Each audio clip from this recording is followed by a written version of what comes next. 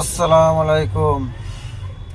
ছোট ভাইজান মাথা গরম করে কথা বলার জন্য বড় ভাইজান ছোট ভাইজানকে বকা দিয়েছে।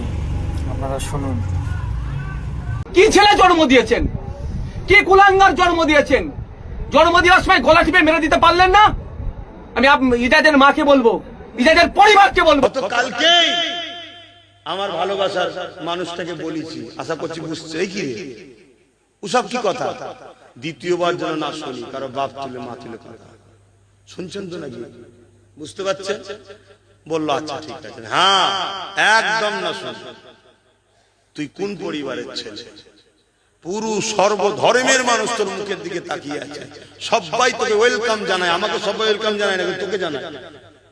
কথা বুঝছেন না? বোঝেন না কেন? আমি একটা ধর্মগুরু, তো আমাকে সবাই নাও লিখে পারে।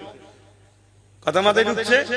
কিন্তু কখনো কখনো যারা সত্যিকারের দরদি হয় না, কারো চোখের পানি দেখলে না মাথা ঠিক রাখতে পারে না। কথা মাথায় ঢুকছে তো নাকি? কিন্তু তারপরেও না, অন্য 50টার সাথে তুমি আলাদা। 50 জন একদিকে, 50 লাখ একদিকে দাঁড়াবে, তুমি একদিকে দাঁড়াবে। তোমার দিকেই সবাই যেন ফোকাস করে, এটাই হবে তোমাকে হওয়া উপযুক্ত। তাই তো নাকি গো? যাই হোক।